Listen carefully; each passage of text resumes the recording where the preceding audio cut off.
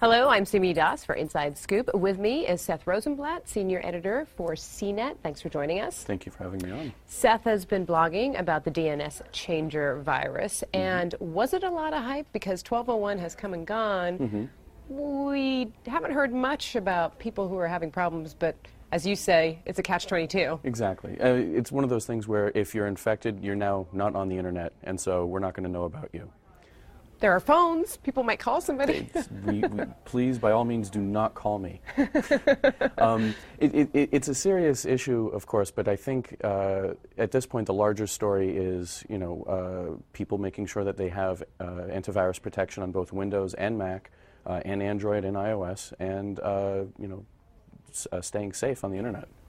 So there were not that many computers, though, that were even going to be possibly affected, right? I mean, the percentage of all computer users was relatively small. Absolutely. The original number when the FBI took down the bad guys in November 2011 was around 550,000 global infections. And we think, the last number I heard was around 330,000 infections. It's hard to tell at this point, of course, because the network that was keeping those people connected to the internet is now down. Even if you weren't affected by DNSChanger, the fact that similar malware could just shut down your access to the internet, of course, is rather troubling. Right. So, is this a lesson? Is there a lesson to be learned here? I mean, could this happen in the future and cause greater damage? Possibly, absolutely. I think that this is one of those situations where the bad guys never want to disconnect you from the internet. That kind of messing with people doesn't really happen that much anymore. What they really want from you is your money.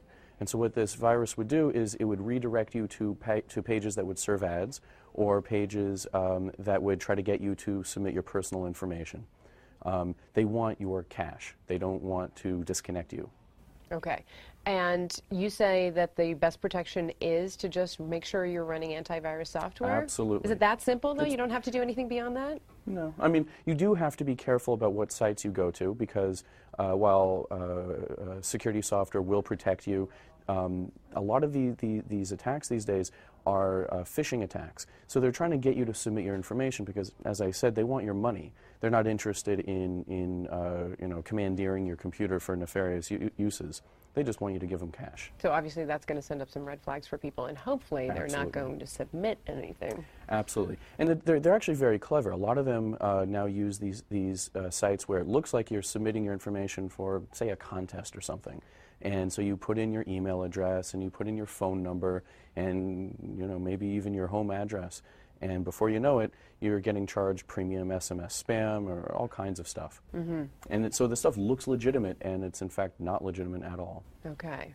So, any other telltale signs, though? Well, one very good trick is to look at your URL bar on the website that you're visiting and make sure that it is the URL that it should be.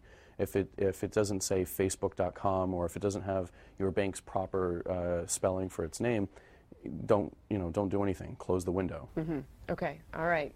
I have to say, though, this reminded me a little bit of the hype leading up to Y2K. Not as much, but no, I agree. But it's one of those things where fixing your computer from DNSChanger after they've shut down the network is much more difficult than it is when it is connected.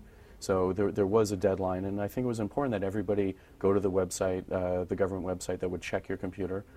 And it seems like a lot of people did that because everyone's been commenting on stories that we've published that they're not infected. So. Okay. Well, that so far is good news then. Absolutely. Seth, thanks so much. Thank you. For Inside Scoop, I'm Simi Das. Thanks for watching.